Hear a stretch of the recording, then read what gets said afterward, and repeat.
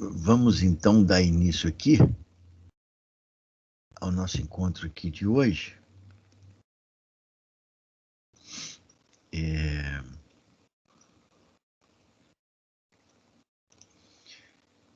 Na semana passada, eu falei com vocês lá, comentei que eu tinha disponibilizado 3 textos a respeito das relações da China com a América Latina.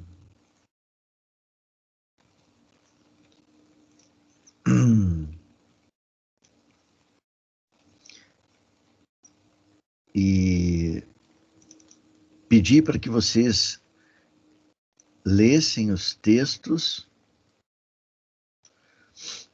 fizessem ali o fichamento dessa leitura e, a partir desse fichamento,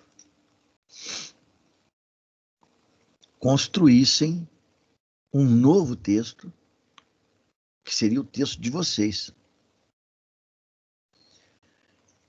inspirados por aquelas informações que vocês, então, recolheram das leituras daqueles 3 outros textos de autores variados. Nesse momento aqui, eu não estou me preocupando com a qualidade dos textos que a gente está usando.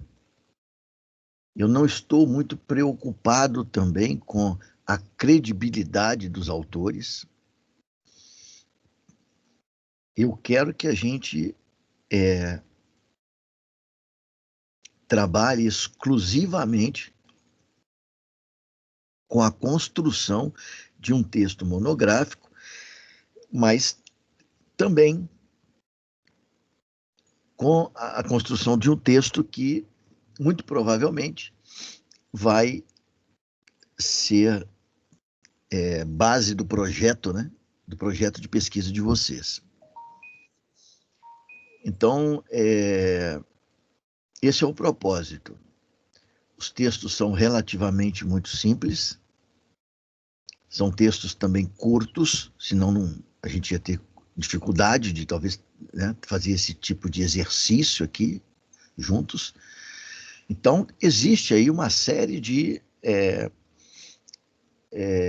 ponderações que são necessárias ser feitas, né?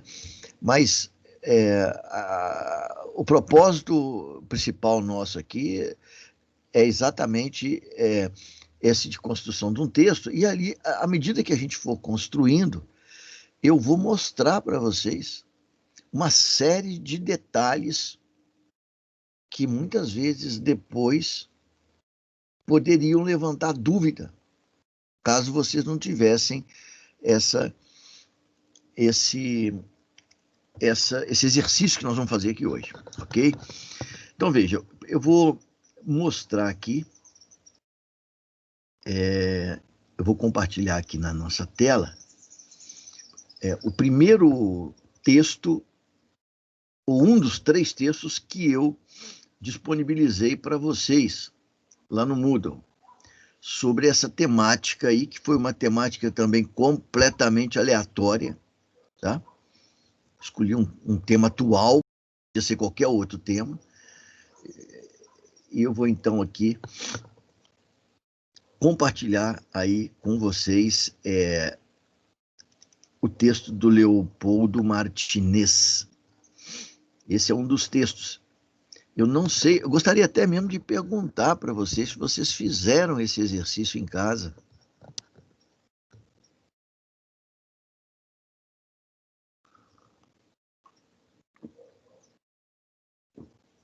Não? Ninguém fez? Bom, então veja. Esse foi um dos textos que eu compartilhei com vocês. Eu não gosto muito de ler texto na tela do computador. prefiro e consigo me concentrar muito mais quando eu tenho o texto impresso, né, diante de mim. E também prefiro fazer as anotações à mão no texto. Mas nós estamos vivendo essa situação aqui, né, de isolamento, e não tem outro jeito, tem que ser dessa maneira. Então, olha só, se você pega um texto que eu tenha lido e que esse texto ele vai me servir de referência para uma pesquisa, você vai ver esse texto do jeito que você está vendo aqui agora na tela, todo marcado. Se esse texto estivesse impresso, isso aí também estaria marcado, mas a caneta. E eu provavelmente ainda teria feito comentários nas laterais do texto. O que é isso que está marcado? São exatamente aquelas ideias que o autor apresenta e que eu considero que são importantes para que depois eu construa o meu texto. Esses trechos marcados,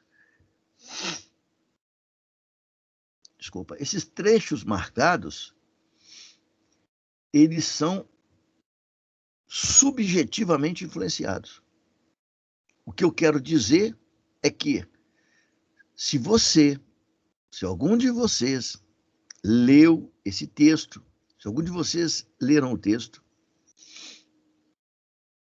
e fizeram também esse tipo de marcação, é absolutamente normal que as marcações de vocês não coincidam com as minhas. Porque as coisas que eu dou importância no texto não são necessariamente as mesmas que você dá importância. Aliás, nós podemos estar lendo esses textos com perspectivas diferentes. Então, não se preocupe, porque não existe um padrão certo de marcação de texto. Então, tudo que vocês vão ver é que o texto está marcado, aqui está tudo marcado. Né?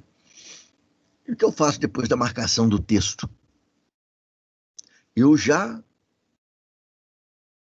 marquei no texto as ideias centrais da exposição deste autor.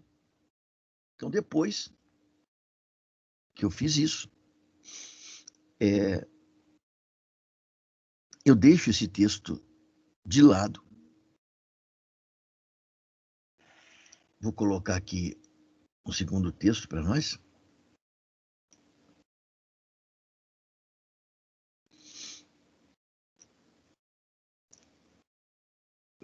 Por exemplo, vamos pegar aqui o texto do André Mendes, por exemplo, que foi um outro texto que eu disponibilizei para vocês. Então, esse aqui foi um outro texto que eu também disponibilizei, desse André Mendes Pini, né? Apesar de eu não ter dado assim, muita importância aos autores utilizados, evidentemente que eu tive o mínimo de cuidado com isso também, né?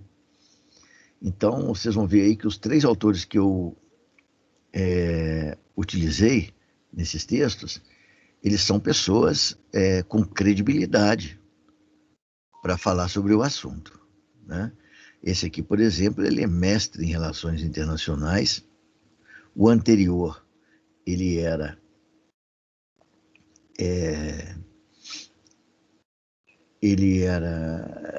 enfim, uma pessoa de passagem por várias instituições importantes.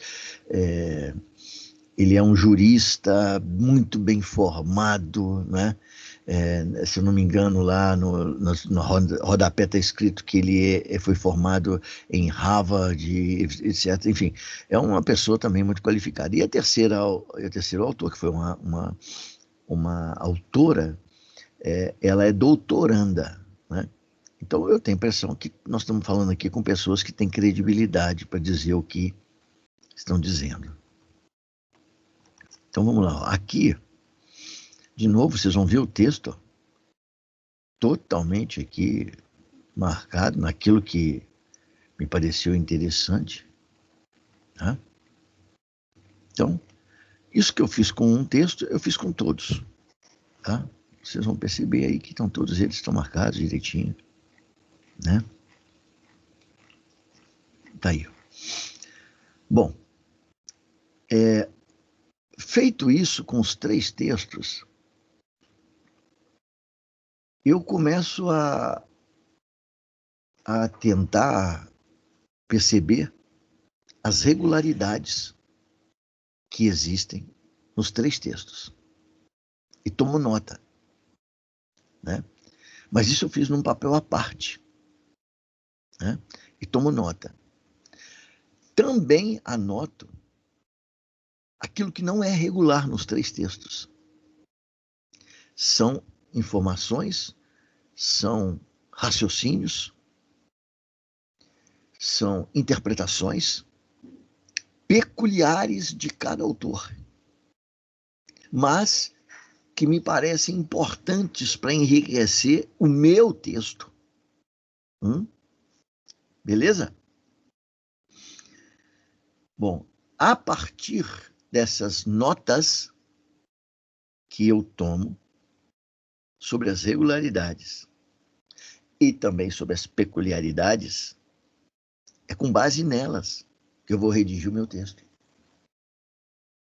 Antes de começar a minha redação, eu tento concatenar todas aquelas ideias que eu tomei nota e que eu coloquei nessa folha à parte.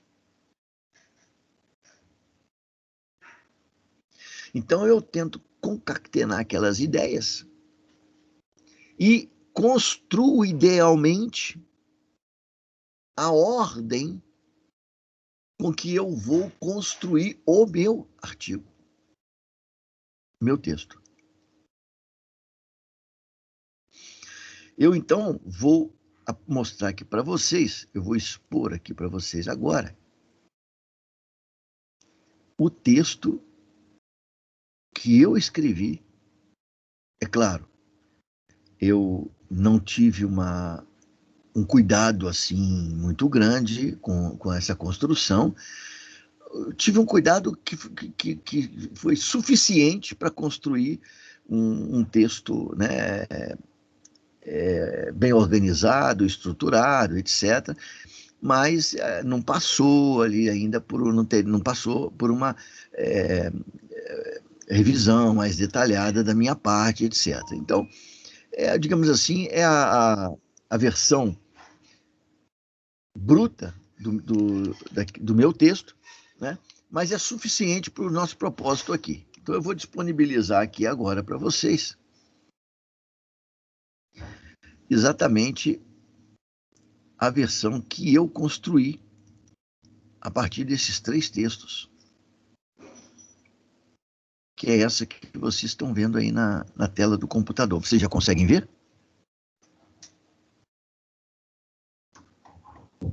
Sim, professor. Sim, obrigado.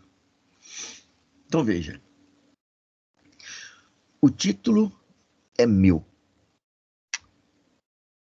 E não tem nada a ver com os títulos que vocês viram lá.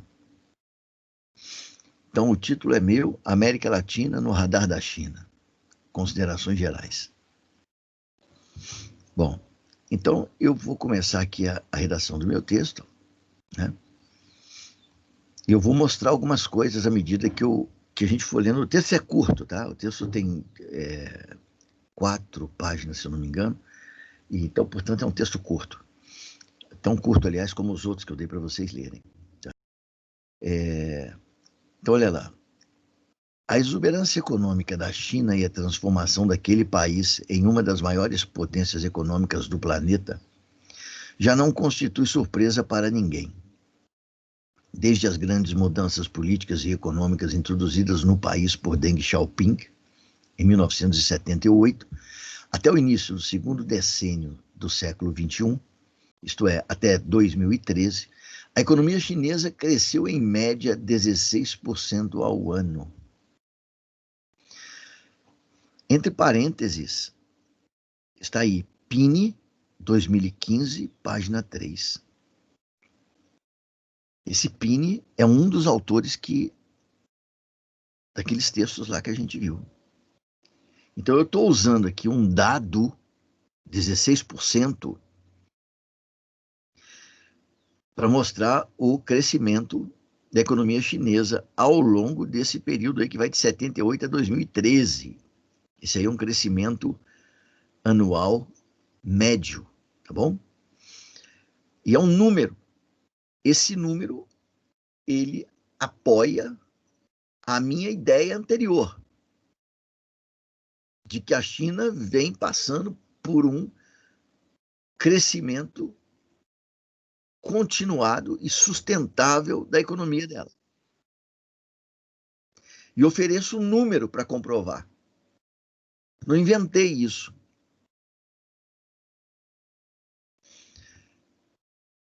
E eu preciso colocar o Pini, o autor de onde eu tirei esse dado.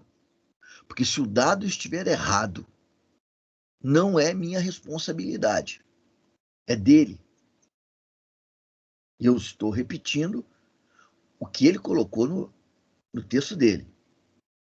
Eu transfiro a responsabilidade pelo dado para o autor de onde eu tirei. Essa é a importância do autor ter credibilidade.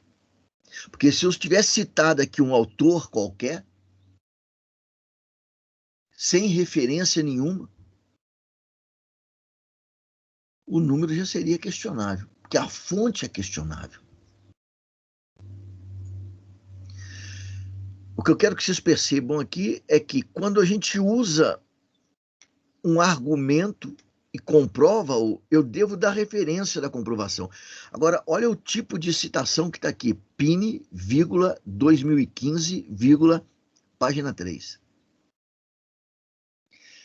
Esse modelo de citação é chamado de autor-data. Tá? Então, você tem aqui o nome do autor e a data. E nesse caso específico, eu ainda coloquei a página. Se alguém quiser ver esse número na obra do Pini, vai lá e procura a obra dele e vai encontrar exatamente na página que está escrito aí. Certo? Esse é um tipo de citação. Tá? E de referência. Bom, então vamos continuar aqui, ó. Trata-se, evidentemente, de uma performance extraordinária. Nessa trajetória de expansão econômica, a China aumentou sua participação no comércio mundial de aproximadamente 1% em 1980 para 8% em 2015. E consolidou-se desde 2019 como o maior exportador do mundo, ultrapassando a poderosa Alemanha. De novo, eu estou dando dados aqui, matemáticos, estatísticos, para comprovar o que eu estou falando. Eu tenho que dizer de onde eu tirei.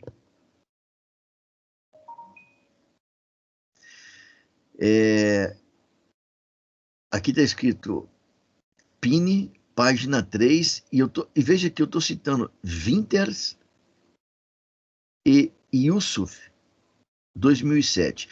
Olha, eu vou tomar liberdade aqui de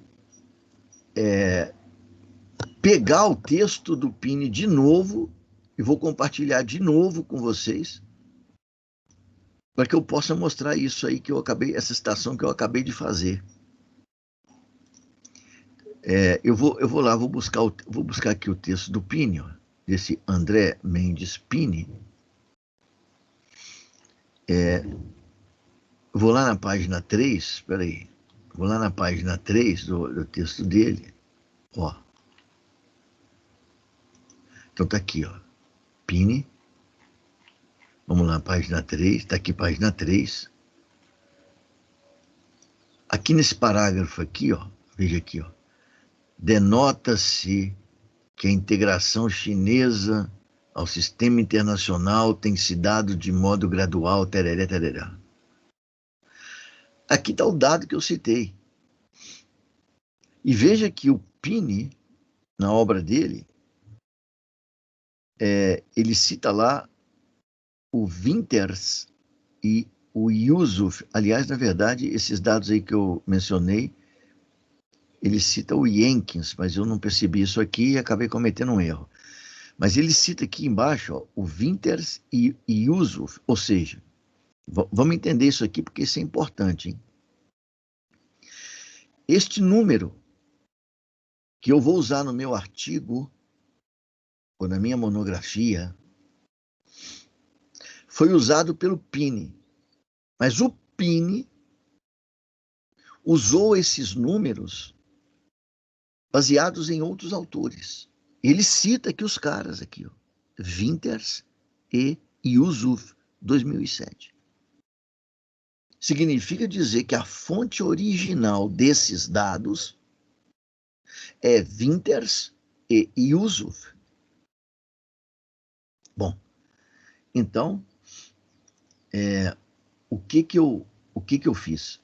Vou lá de novo, me perdoa aí, mas eu tenho que fazer esse esquema aqui, né, de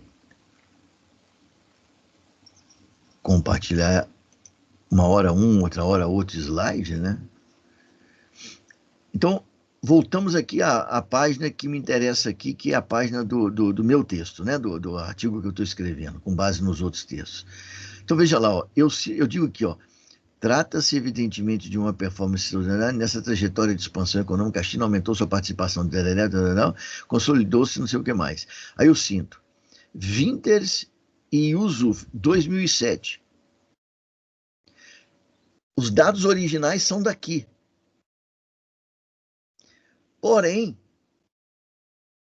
eu não li a obra de Winters e Yusuf, e nem preciso.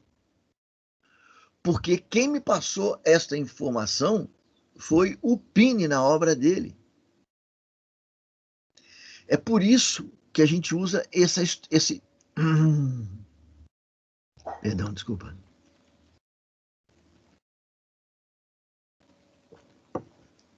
É por isso que a gente usa essa forma de citação, que é diferente à anterior. Então aqui, ó, vem Winters e Yusuf 2007. Esta é a fonte original dos dados, porém eu obtive essas fontes em Pini 2015, página 3.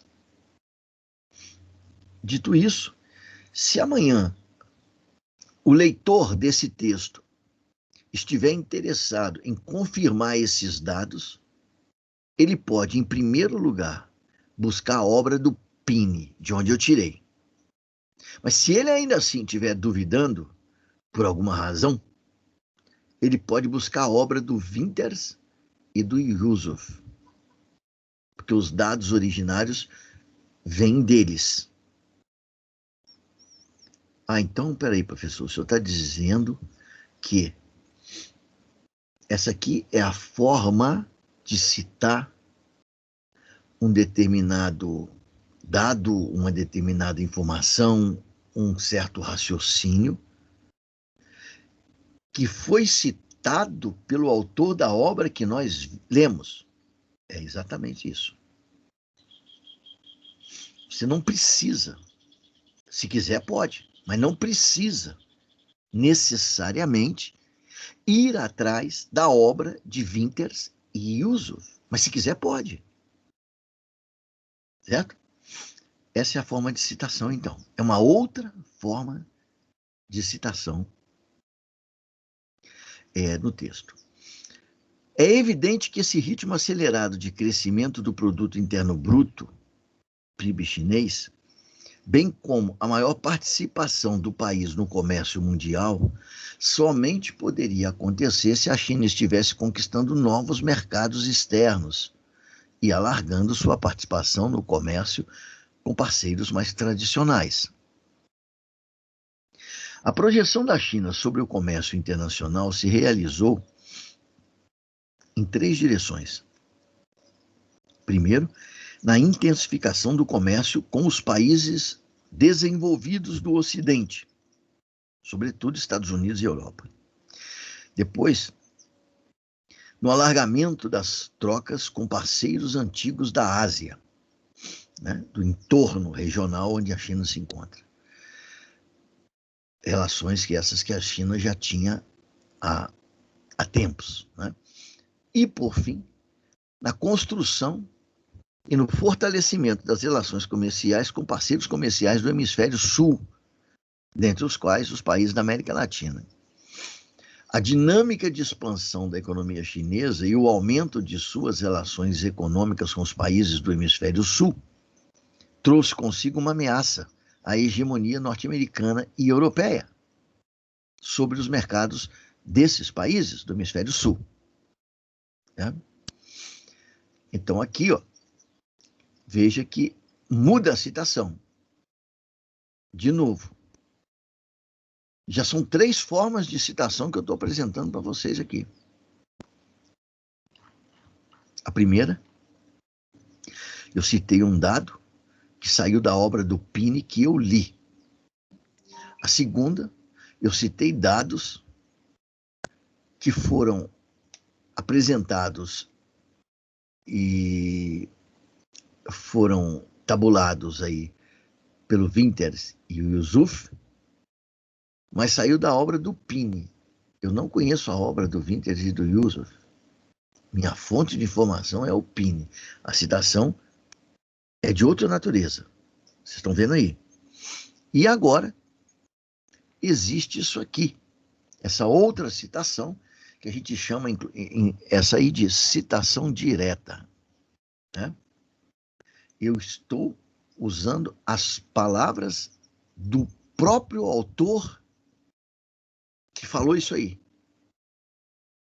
Então, aqui, eu coloquei, ó, nesse período, a China é considerada o fenômeno fundamental para o funcionamento do capitalismo, no qual, com sua incorporação, altera-se a dinâmica presente e impacta, sobretudo, as relações existentes do centro com a América Latina, tanto através de certa diminuição da influência que os Estados Unidos detinha na região, como na retração dos fluxos comerciais do mesmo com os países latino-americanos. Veja, quem falou isso aqui foi Chiliato Leite, certo? Apude Neves. O texto que eu li foi dessa mulher aqui, Neves. É um dos textos que eu disponibilizei para vocês, daquela doutoranda. Lá no trabalho dela, lá no texto dela, ela citou Chiliato Leite. E citou essa citação. Então, eu não conheci, de novo, repito, a obra de Chiliato Leite. Eu conheço a obra dessa Neves, né? Essa autora. Portanto, é dessa maneira que eu faço a citação. Tá? Citação direta, eu tenho que colocar aqui idêntico ao que está escrito no texto. Tá bom? Normalmente, eu deveria ter colocado a página de onde saiu essa citação da obra da Neves. Mas acontece que, como se trata de um texto sem paginação, então eu não preciso colocar a página. Né? Não esqueci de colocar a página, não. É que o texto não tem paginação, é um texto online e não tem paginação. Então, paciência, ele fica dessa maneira. O correto, o ideal, seria eu ter colocado a página. Não coloquei, não porque eu não tenha desejado, mas porque não é possível. Então, aqui, ó, mais uma maneira de citação. Espera aí, professor. Essa citação aqui, ela tem alguma coisa da citação anterior, na medida em que trata-se de um trecho de um autor que o senhor não leu, mas é uma citação que o senhor puxou para baixo aqui, colocou entre os parágrafos. Por que isso? Porque é uma citação direta. Toda citação direta precisa estar deslocada do texto e ser apresentada dessa maneira? Não. Eu já vou explicar logo na frente quando é que isso não acontece ou quando é que isso acontece. Então vamos seguir um pouquinho aqui. Quando aparecer. Oi. Eu queria fazer uma pergunta só. Sim. O parágrafo que antecede a citação direta, ele Certo. não foi referenciado aí no texto.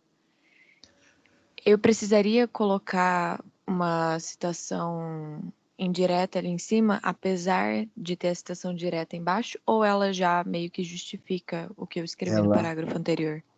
Ela justifica. Foi bom a sua pergunta, foi ótima. É uma questão de opção. Por exemplo, eu podia aqui depois do finalzinho do parágrafo, onde está escrito ali, ó, uma ameaça à hegemonia norte-americana e europeia sobre os mercados desse país, ponto. Eu podia ter colocado assim, conforme Chialato Leite, 2017, Apud Neves, e podia ter feito a citação.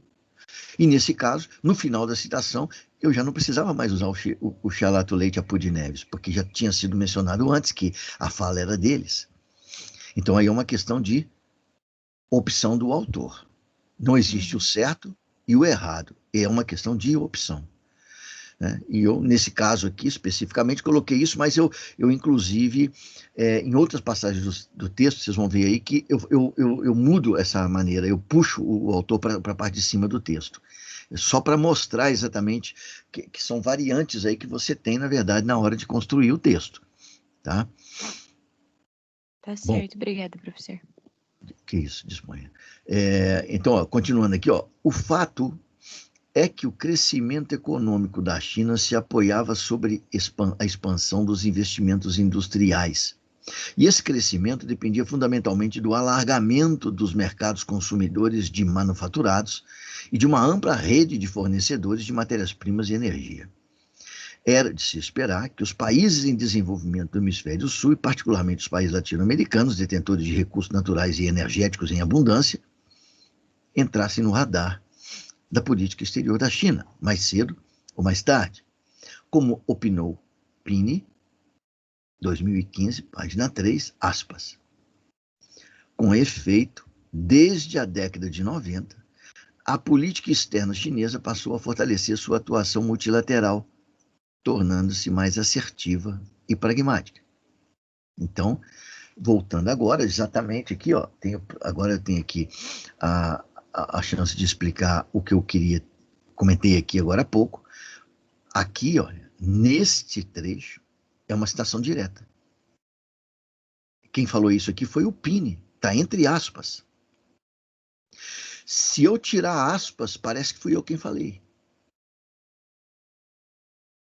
Então está entre aspas, porque não são palavras minhas. Eu estou dizendo, como opinou Pini, é uma citação direta. Sim, é uma citação direta. Peraí, professor, mas o senhor falou que citação direta a gente separa do texto. A gente coloca entre os parágrafos. Não, calma. Agora eu vou explicar quando é que ela vai ser separada ou não. Então, pelas normas da ABNT, a gente só separa a citação direta do parágrafo, ou seja, só isola ela do parágrafo, né? Quando ela tem 4 ou mais linhas. Se a citação não tem 4 linhas, pelo menos, ela fica no corpo do texto do jeito que está aqui. Vou voltar lá para cima.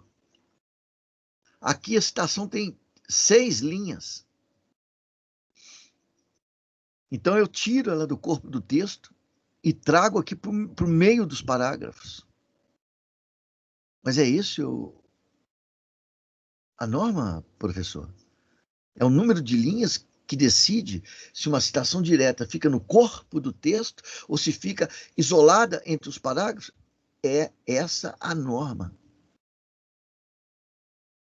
É bizarro. Estranho, devia ser tudo separado para que as pessoas pudessem identificar com clareza ali o que sou eu falando e o que são palavras que eu estou utilizando de outras pessoas para sustentar o meu argumento. Devia ser. Se a gente usar a lógica, sim. Mas vai fazer o quê? A norma da BNT diz isso. Então, citação com 4 ou mais linhas é deslocada do parágrafo, do corpo do texto, e fica entre parágrafos, como está aqui agora, nesse trecho que vocês estão vendo. Se a citação não tiver 4 linhas, fica desse jeito que está aqui. Né? Agora, nessa citação aqui, vocês vão perceber também que ela é do próprio Pini. Não é de alguém que ele tenha usado. Então, Pini, 2015, página 3. Lá em cima, ó, a citação era de Chiliato e Leite, mas foi reproduzida pela Neves. Por isso entrou Apud Neves. Né?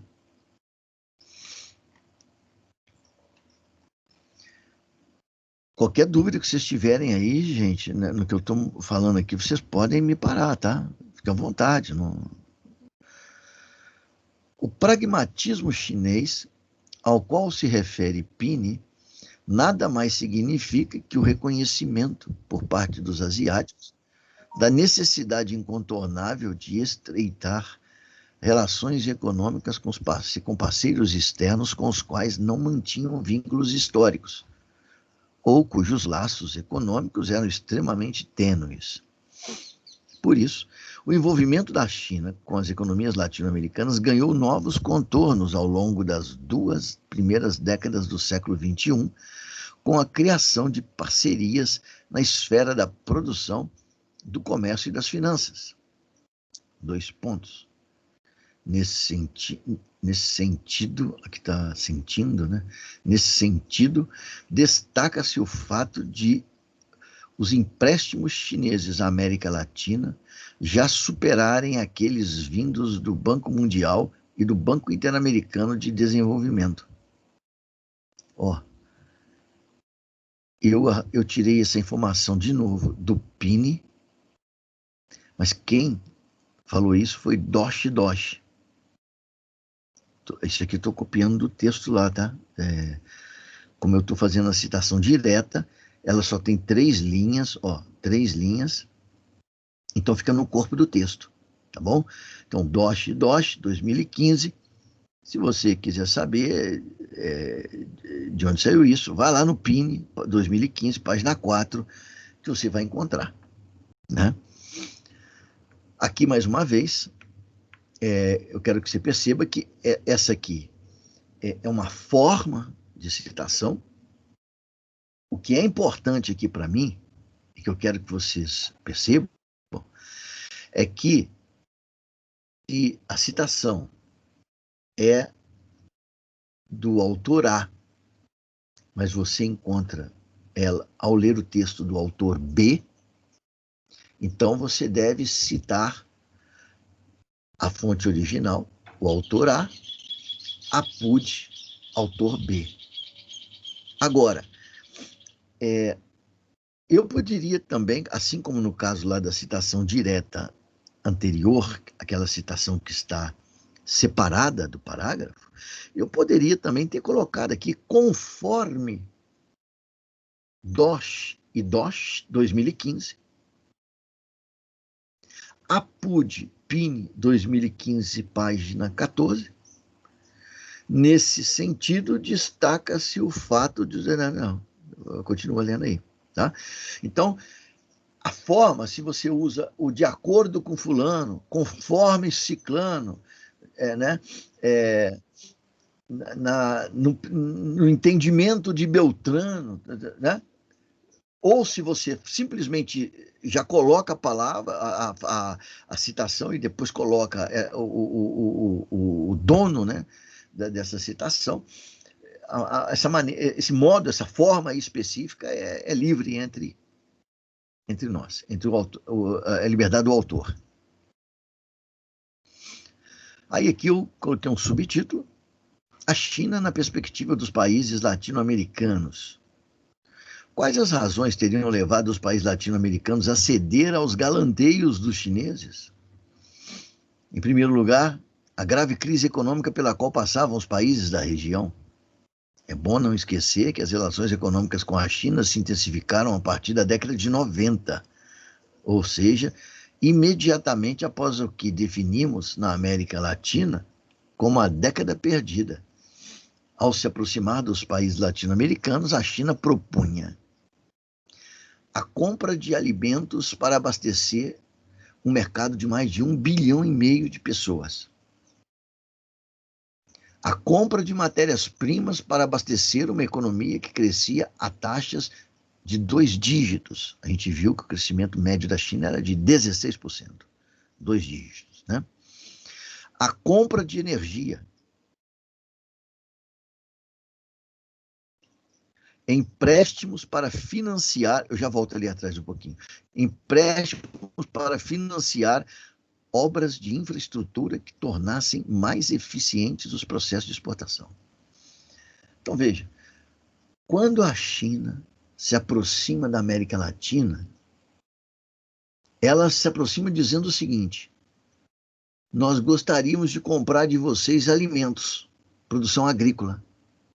Nós gostaríamos de comprar de vocês matéria-prima, madeira, ferro, outras formas de minérios, petróleo, né? Nós gostaríamos também, se for necessário, de ajudar vocês a produzirem mais dessas coisas. Nós estamos dispostos até a financiar as empresas de vocês, emprestar dinheiro para vocês. Agora imagina um país chega com essas propostas num continente que está vivendo uma crise horrorosa, desemprego, pobreza, instabilidade social, instabilidade política, uma elite do setor produtivo assustada com sua incapacidade de dar um dinamismo adequado para a economia, para inclusive para sustentar a sua hegemonia de classe dentro do país. A China se torna a solução para todos os problemas. Nossa, já temos para quem vender, vamos produzir. E o comprador ainda por cima está dizendo que vai ajudar a financiar nosso investimento. Eram propostas irrecusáveis. Era tudo que as frágeis e instáveis economias latino-americanas precisavam. As demandas chinesas eram o estímulo que os empresários latino-americanos necessitavam para a retomada dos investimentos. Além disso, a parceria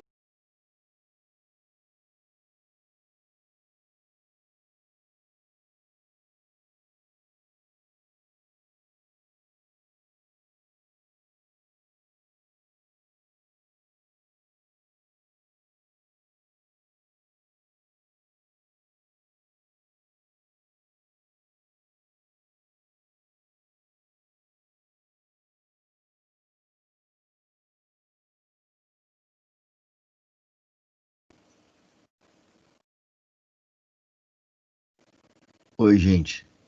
Voltou? Voltou, professor. Obrigado. Vocês então, conseguem ainda ver o texto? Sim, tá tudo normal, professor. Sim, beleza. Então, veja. Além disso, dizendo aqui, né, a parceria com a China não pressupunha a ingerência dos chineses na vida política dos países da região, pois os chineses não impunham condicionalidades políticas aos negócios, como sugeriu Martínez. Essa citação aqui responde exatamente àquela pergunta que me foi feita por um dos colegas aqui, né, naquela citação lá da página anterior. Eu não podia ter colocado o autor que eu estou citando lá em cima no parágrafo, em vez de colocar aqui embaixo na citação? Claro que podia, né? É uma opção. Então, aqui, por exemplo, eu fiz aqui, como sugeriu Martínez, 2017, e faço aqui a citação. A China lhe interessa uma paridade em los intercambios políticos, no preguntar a sus aliados por sus prácticas políticas, para que a su vez nadie la interrogue a ellos por las suyas, né? E assim vai. Então o autor está dizendo aqui que os chineses não se metem com a política interna dos países. Lembrem-se que no caso do Fundo Monetário e do Banco Mundial existiam as famosas condicionalidades. Ou seja, nós emprestamos dinheiro, mas vocês têm que vender as empresas públicas. Nós emprestamos dinheiro, mas vocês têm que aumentar as exportações. Mas como é que aumenta? O problema de vocês. Diminui o consumo interno. Com a China não tem essa história. A China empresta dinheiro e você faz da sua política o que você quiser, né? Essa é mais uma vantagem que os países latino-americanos viam em se relacionar com a China, né? Agora, veja bem, essa citação ela é em espanhol, certo? Então eu boto lá aquele númerozinho 2 que vocês estão vendo ali, né? E puxo uma nota de rodapé. Vamos lá embaixo ver? Está aqui, 2. A China está interessada em uma paridade nas trocas políticas, não perguntando a seus aliados sobre suas práticas políticas para que ninguém os interrogue sobre as suas. Certo? Então veja, eu traduzi e eu coloquei entre parênteses tradução livre. Ou seja, eu estou informando para quem estiver lendo o texto que essa tradução fui eu quem fiz do texto que eu citei mais acima em espanhol. Então, esse texto aqui, né, está traduzido no pé da página, na nota de número 2. Nota de número 2. Tem que ter o texto original. E tem que ter o texto traduzido. Se é que o original foi lido numa outra língua, né? Pode ser qualquer língua? Pode ser qualquer língua.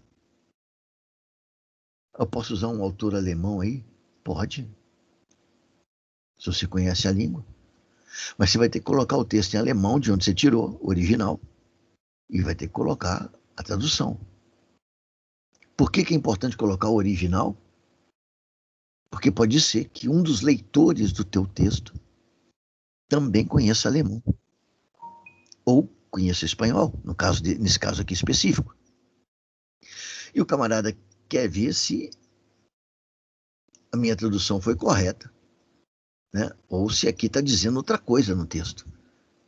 Então ele tem o texto como referência para poder ver se a pessoa traduziu de maneira correta. Então você pode pode dizer que alguém disse uma coisa, cita lá um troço, e na verdade ele não disse aquilo no texto. né? Então, eu disse desde o iniciozinho aqui, eu disse para vocês que o trabalho acadêmico, o trabalho científico, ele não tem mais achismos.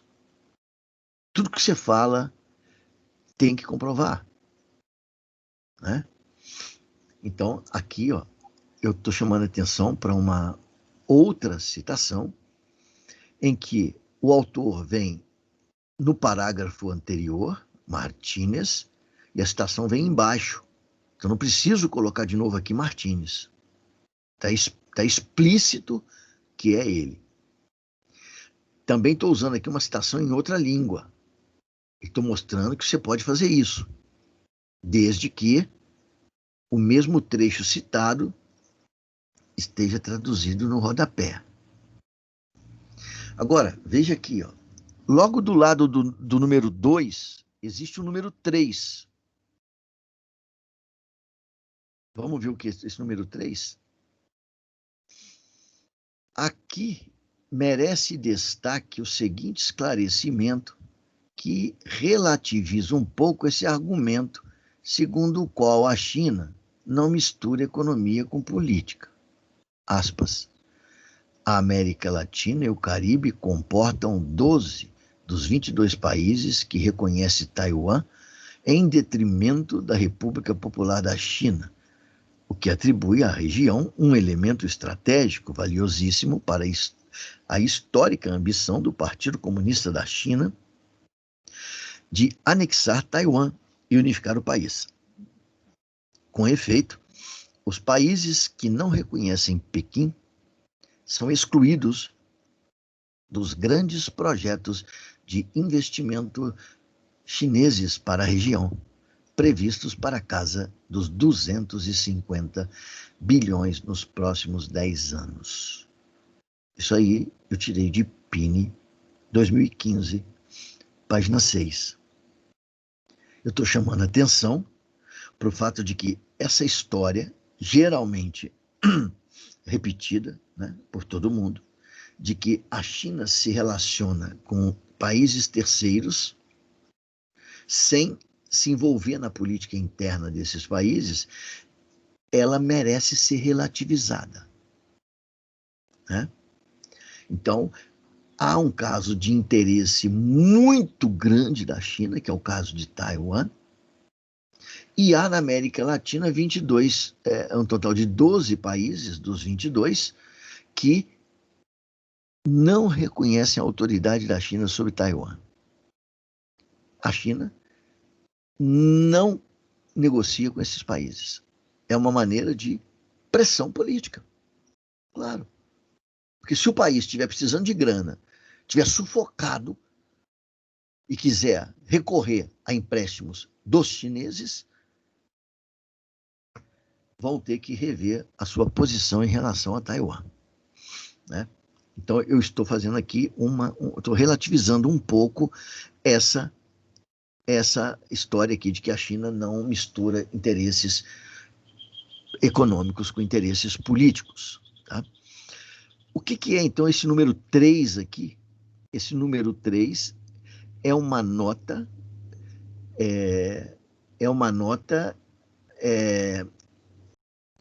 de acréscimo que eu estou dando, né, para complementar um raciocínio que está no corpo do texto. Ok? Então, é esclarecimento, ampliação das informações que estão no corpo do texto. Então, eu uso aí a nota de rodapé. Eu vou voltar um pouquinho aqui no texto, porque aqui nessa página também tem uma nota de rodapé. Essa nota de rodapé, então, ela está relacionada com... onde é que está esse número 1 aí? Está aqui, ó, né? Então, aqui, ó, eu citei nesse parágrafo, esse DOSH e DOSH, para falar que o volume de empréstimos chineses à América Latina já superavam, né, a soma dos empréstimos do Banco Mundial e do Interamericano aos países da região. Isso aqui foi para mostrar exatamente o envolvimento cada vez maior e cada vez mais importante da China com a América Latina. E aí eu coloco o número 1 ali, ó, e vou lá, porque deve ser uma nota de esclarecimento. Então, veja só, vale a pena acrescentar que a China se inseriu com maior força na América do Sul a partir da assinatura de 2 acordos, um com a Venezuela em meados de 14 e outro com a Argentina no começo de 2015. O acordo assinado pelo presidente chinês Xi Jinping e o presidente venezuelano Nicolás Maduro significou um grande avanço da China na América do Sul, no qual a China firmou até 2015 38 acordos de cooperação e comerciais, se propondo ao investimento de aproximadamente 18 bilhões para o desenvolvimento de projetos e desenvolvimento da infraestrutura no transporte, além de mais 20 bilhões para tentar diminuir os efeitos econômicos no país em relação ao preço do petróleo acordado em janeiro de 2015. Em acréscimo, a China fechou no fim de 2014, um acordo com a Argentina, no qual o país propôs financiar 11 bilhões de dólares ao país sul-americano. Essa nota, ela de certa forma, ela corrobora, né, ela fortalece ainda mais o que foi dito aqui no texto anterior, né, do envolvimento, né, da China com as economias latino-americanas, principalmente ao longo das 2 primeiras décadas do século XXI. Né? Tudo tranquilo, gente? Tudo certo, professor. Então vamos lá. O poder de sedução da China sobre os países latino-americanos é tão grande que muitas vezes ele se dispõe a oferecer as mais insanas concessões para atrair os investimentos chineses. Ainda conforme Martínez, de novo, o nome do Martínez vem no parágrafo anterior, o que significa que eu não preciso repeti-lo aqui na citação. Então ele diz o seguinte, ó, aqui está a citação em espanhol, novamente. Lá no final da citação tem o número 4, que é uma nota. Então vamos lá para a tradução desse troço aí. Ó. Então tá aqui, ó. Diplomatas e especialistas apontaram que os compromissos assumidos pela Venezuela violam as leis venezuelanas, que incluem a autorização das empresas chinesas para ignorar em suas relações com os trabalhadores venezuelanos a lei do trabalho, que prevalece para outras empresas. Então, veja, eu vou falar, eu queria que vocês percebessem muito, assim, que à medida que eu vou expondo, eu vou construindo o meu texto, esse texto é só meu, né? Eu vou justificando os meus argumentos, né? Então, eu vou construindo o texto dessa maneira, né? Nessas condições, o caminho estava aberto para os interesses chineses. Nessas condições, significa, dada a essa atratividade enorme da China na América Latina, estava aberto o caminho para os interesses chineses na América Latina. Efetivamente, desde a década de 1990, as relações econômicas e comerciais entre a América Latina e a China ganharam um novo dinamismo, a ponto de converter a China no principal parceiro comercial da região. Implicações para a América Latina da intensificação das relações econômicas e comerciais com a China. Há riscos para os países latino-americanos nessa acelerada aproximação política, econômica e comercial com a China? Claro que sim. Primeiro, porque a América Latina mantém com a China um padrão de trocas muito assimétrico, semelhante àquele que manteve historicamente com a Europa Ocidental e posteriormente com os Estados Unidos, onde os latino-americanos vendem commodities agrícolas e minerais e compram dos chineses produtos industrializados. As consequências desse padrão de troca não precisam ser novamente discutidas, pois a história dos países latino-americanos testemunha por si mesmo. Aspas. O relacionamento dos países latino-americanos com a China são marcados pela repetição dos padrões de troca norte-sul, o qual geraria a reprimarização das economias desses países. Bom, então está aí, de novo, eu faço uma citação E, de novo, esse modelo aí onde o autor dessas palavras, né, é Rodrigues, mas eu não conheço a obra do Rodrigues e descobri isso lendo Neves. Portanto, de novo aí, o esquema que já tivemos a oportunidade de conhecer. Antes de continuar, eu só queria falar para vocês o seguinte, olha, dos textos, dos 3 textos que eu disponibilizei para vocês, percebam que eu fiz uma divisão no modo como eu queria apresentá-los, ou no modo como eu queria apresentar esse tema do qual os textos tratam. Então, eu dividi em 2 subtextos. Então, tem esse aqui, ó. Acho que tem até mais um, né? Não. Então, aqui é o título. Aí, aqui eu tenho um subtítulo, né? A China na perspectiva dos países. Então, eu estou falando aqui no primeiro tópico, aqui, na verdade, da expansão da China e aproximação com a América Latina. No segundo, eu estou falando como é que a China foi recebida nos países latino-americanos, né? E por que tamanha euforia, né? E agora eu vou falar um pouquinho das implicações ou das consequências, né, dessas relações para a América Latina. Há riscos? Sim. Né? Então, o risco começa do fato de que nós estamos reproduzindo com a China o mesmo padrão de relacionamento que tínhamos com a Europa e Estados Unidos no passado. Segundo, não bastasse isso, vale lembrar que o principal motivo que atrai os países latino-americanos a reforçar suas relações econômicas com a China é a crise econômica por eles vivida.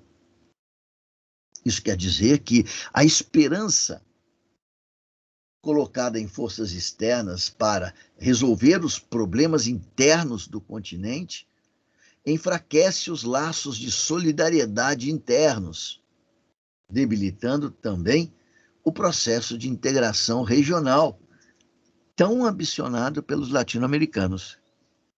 Então, veja, imagina que na sua casa você enfrente problemas, né? E toda vez que surge um problema de relacionamento dentro de casa, você corre para pedir ajuda de terceiros. Cria-se uma situação de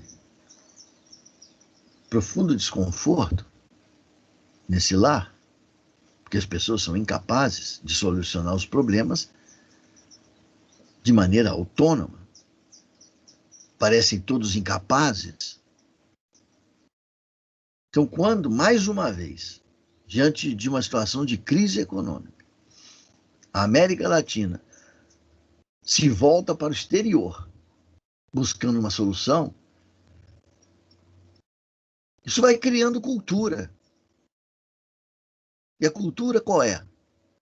É de que os latino-americanos são incapazes de se governarem. Ora pede ajuda para a Europa, ora está pedindo ajuda para os americanos, ora está pedindo ajuda para a China.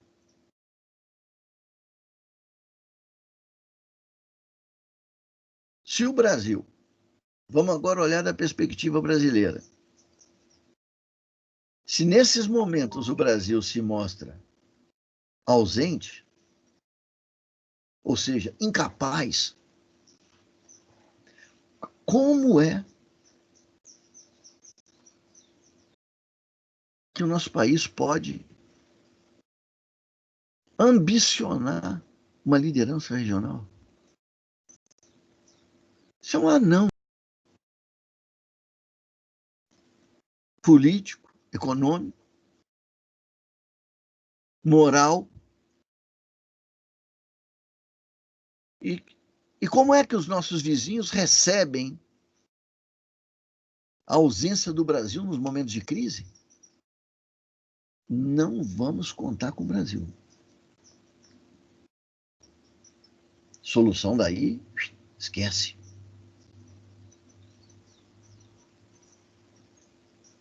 Os caras estão de olho mais em salvar eles mesmos do que em construir efetivamente uma integração regional. Foram correndo abraçar a China. Bom, vamos também abraçar a China.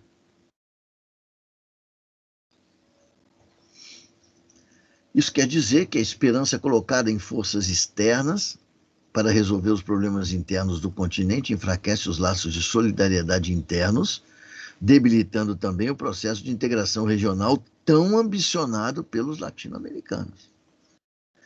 Depois, você lê na imprensa que o Mercosul não funciona.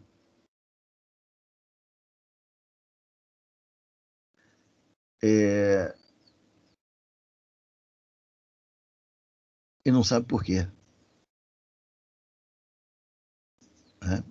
É por causa, principalmente, da fragilidade e da debilidade econômica dos países da região, que são incapazes de assumirem a liderança do desenvolvimento de si próprios. Paralelamente, a China começa a ganhar uma importância relativa desproporcional, quer isoladamente, ou seja, para cada país, né? Quer coletivamente, para todos juntos, para os países latino-americanos. A América Latina reforça, assim, em relação à China, os históricos vínculos de dependência que caracteriza seu modelo de desenvolvimento desde a independência política. Né? Então, não vamos esquecer que nesse subcapítulo nós estamos falando das implicações. Hein? Né? Então, primeiro, uma implicação é que a gente continua, né, dentro da mesma posição que nós sempre tivemos na divisão internacional capitalista do trabalho. E o segundo, que é de certa forma consequência disso também, continuamos como economias dependentes. Isso é o Brasil que estava, lembra? Vocês não vão lembrar, mas eu me recordo, não faz muito tempo, das pessoas falando, dentro das faculdades, professores falando. O Brasil agora está entrando numa nova era. Está entrando numa era agora de país desenvolvido. O Brasil agora é um país diferenciado. Precisa saber o que foi feito para tornar o país diferenciado. É bom lembrar ainda que a pujança econômica da China foi construída à base de um modelo de exportação predatória de força de trabalho. E esse modelo continua em vigor atualmente, muito embora com menor intensidade. Isso quer dizer que o poder competitivo da economia chinesa nos mercados internacionais é extremamente elevado, graças, sobretudo, à exploração de uma mão de obra muito barata e com reduzidos direitos trabalhistas. Ora, para alguns países latino-americanos, tais como o Brasil, o México e a Argentina, a China continua sendo um importante competidor nos mercados de produtos manufaturados. Inclusive, dentro da China, as matérias-primas e alimentos baratos fornecidos pelos países latino-americanos pode fortalecer a competitividade internacional chinesa em detrimento das economias latino-americanas. Isso tudo por causa dessa estrutura de comércio assimétrica. Nós estamos fornecendo para a China tudo que a China precisa para se transformar numa potência e que ela não tem. e estamos travando o nosso desenvolvimento, como já travamos historicamente em relação aos países da América do Norte e também a Europa Ocidental, continuamos travando o nosso desenvolvimento, importando da China aquilo que nós somos capazes de produzir. Então, esses aí são as implicações. Considerações finais, diante do que ficou exposto acima, fica claro que a intensificação das relações econômicas entre a China e a América Latina, desde a década de 1990, obedece aos interesses das partes. Os chineses, em acelerado crescimento econômico e confrontados com as gigantescas demandas de matérias-primas, energia e alimentos, encontraram na América Latina uma importante fonte de abastecimento. Por outro lado, os latino-americanos, mergulhados em uma severa crise econômica e sedentos por investimentos que possam promover a recuperação das economias regionais, enxergaram nos chineses uma verdadeira tábua de salvação. Porém, essa relação bilateral China-América Latina tem desdobramentos extremamente complexos. E muito embora no curto prazo possa parecer benéfica para os dois lados, no longo prazo pode revelar-se desastrosa para um dos lados da parceria. O padrão de relacionamento que a América Latina aceita estabelecer com a China não é desconhecido das economias locais, nem tampouco os resultados de médio e longo prazo. É absolutamente irresponsável esperar mais 10 ou 15 anos para dizer que não imaginávamos as consequências desse padrão de relações econômicas que hoje construímos com a China. É lógico que os resultados são esperados. Nós já conhecemos o remédio. A América Latina de hoje não pode ser comparada com a América Latina da primeira metade do século XIX, nem com aquela da primeira metade do século XX. É injustificável que continuemos a nos comportar como se estivéssemos no século XIX. Então, aí concluí o artigo. Vamos tirar aqui.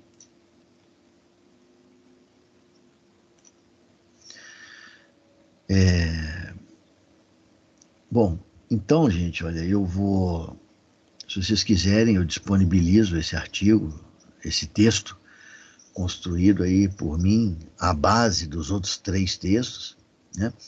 Mas espero que ali vocês tenham um exercício sobre como construir um texto pessoal, próprio seu, sem plágio, porque tudo que eu cito de outros autores está referenciado.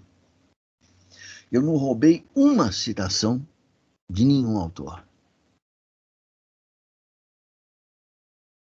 Então, se alguém já disse lá quanto a China cresceu, eu repito. Mas é preciso que eu acredite a informação a quem informou. Plágio no Brasil é crime. Tá, gente? Ó, só lembrando, plágio no Brasil é crime. Diga, por favor. Só mais uma dúvida a respeito das citações. Sim. Vamos supor que eu vou citar um dado que eu não peguei ele diretamente de um autor, ou de um artigo, ou de um livro, mas peguei, vamos supor, um estudo feito pelo próprio Banco Mundial. Basta eu citar que foi um estudo desenvolvido pelo Banco Mundial e passar os dados. Eu não preciso referenciar diretamente de onde veio a informação, só nas referências bibliográficas, né? Não precisa. Se eu peguei, por exemplo, no site das Nações Unidas, eu preciso colocar isso no corpo do texto. Precisa referenciar como a gente fez ali com os demais autores. O que pode acontecer algumas vezes é que esse texto que você pegou das Nações Unidas, ele não tenha autor. Sim. Né? Então, no lugar de você colocar o nome do autor, você coloca Banco Mundial, por exemplo. Banco Mundial, 2020, supondo que o documento seja desse ano, Banco Mundial, 2020, página 75, por exemplo. Lá atrás, depois, lá atrás na bibliografia, lá vai estar o seguinte, Banco Mundial, vai ter o nome do texto, o título do texto, né? Por exemplo, sei lá, instabilidades econômicas na América Latina e a presença da China. 2020, e aí você ainda vai colocar lá, nesse caso, o seguinte, disponível em, se por exemplo foi uma consulta eletrônica, né? Disponível em, e aí você vai colocar o site onde está esse texto. E ainda é bom colocar no final do endereço do site, acesso realizado em tal dia lá, né? Ontem, por exemplo. Se alguém estiver lendo o teu texto e tiver interesse naquele dado, ou tiver dúvida até sobre o dado, pô, isso aqui será verdade. Aí o cara vai lá na bibliografia, ele tem agora não só Banco Mundial, mas ele tem ainda o nome do texto e ele tem exatamente o site onde o texto se encontra. E lá na frente ele tem até a página onde você citou, porque você colocou a página também, se tiver página. Então ele tem direitinho. Então tem que citar a fonte, independentemente se trata-se de uma organização internacional, outra coisa desse tipo, não tem problema. Às vezes pode ser inclusive o Ministério das Relações Exteriores do Brasil. Cita Ministério das Relações certo, Exteriores professor. do Brasil. Beleza? Obrigada. Que isso. Prazer é meu. Gente, vocês conseguiram aí mais ou menos acompanhar a dinâmica da construção do texto? Tem alguma dúvida ainda? Oi. Tá tranquilo.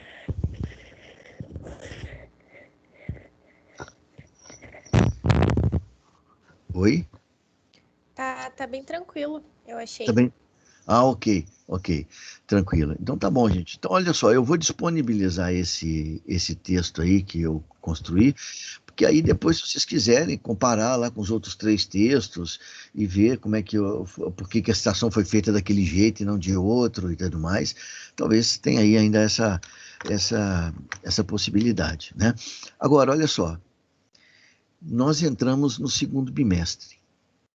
Esse bimestre é muito curto, né? Nesse momento, eu não sei quantos de vocês, lá naquela prova do primeiro bimestre, eu não sei quantos de vocês, lá naquela última questão, onde você devia fornecer o tema da tua pesquisa, o problema da pesquisa, eu não sei quantos ali fizeram aquela questão com base no tema que já amadureceram. Pode ter gente que fez simplesmente, né, para cumprir tabela. Né? Então, um tema aqui que eu tenho, história das relações internacionais, um problema é esse aqui e tal. Agora, pode ter gente que fez a questão já inspirada pelo que quer desenvolver futuramente na monografia. Essas pessoas, evidentemente, estão mais avançadas, né? Porque já conseguiram definir exatamente o que querem fazer na monografia. Essa decisão ela é muito importante e tem um peso também grande na sequência do que vocês vão fazer aqui. Agora, aqueles que ainda não decidiram sobre o que querem fazer na monografia, e principalmente aqueles que no semestre que vem estiverem indo para a Mono 1, porque eu tenho a impressão que talvez tenham alguns colegas aqui hoje presentes nessa disciplina que necessariamente não vão para a Mono 1 no semestre que vem. Então tem ainda mais 6 meses para poder pensar, ok, melhor ainda, beleza. Mas quem for para a Mono 1 precisa, neste momento do semestre, do ano letivo, precisa definir o tema com qual quer trabalhar. Não dá mais para esperar. Né? Então, eu quero que vocês se sintam à vontade, se quiserem conversar sobre o tema da pesquisa de vocês. Eu tenho um prazer muito grande, né? E é uma das minhas funções também, né? Ajudar no amadurecimento desse tema. Às vezes você sabe que quer trabalhar com, por exemplo, da China com a América Latina. Estou citando isso porque a gente acabou de falar sobre isso aqui. Professor, eu me interesso por esse negócio aí. É, essa influência e esse aumento das relações da China com o Brasil, do Brasil com a China, mas eu não estou sabendo como formular exatamente o problema da minha pesquisa e, consequentemente, eu não sei como direcionar a pesquisa. Então, fale comigo, porque eu posso te oferecer, talvez, alternativas, né? Há muitas maneiras de você formular um problema para um tema, já falamos sobre isso aqui. Então, nesse momento, eu preciso que vocês definam com o que vocês vão trabalhar na monografia. E se definiu o problema, aí é hora de leitura, mais ainda do que foi até agora. Porque agora é hora de construir intimidade com o tema para que você possa, ao final desse semestre, apresentar ali um referencial teórico do teu trabalho. E esse referencial ele é feito com base em leituras. Então, veja, vou chamar a atenção para uma coisa que é um hábito nosso, de todos nós. Nós temos muita dificuldade em planejar as nossas ações com um tempo hábil suficiente para realizá-las.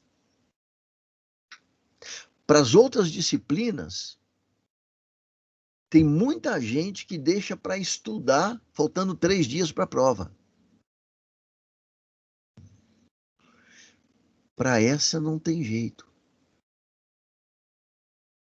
Em 3 dias, você não vai desenvolver um projeto. Porque é impossível em 3 dias você fazer as leituras necessárias para construir, por exemplo, o marco teórico e, inclusive, para ganhar intimidade com o tema.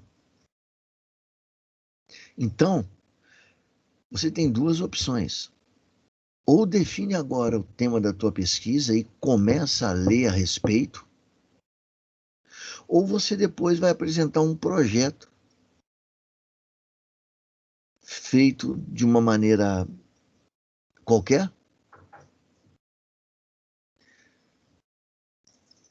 Vai talvez passar na disciplina,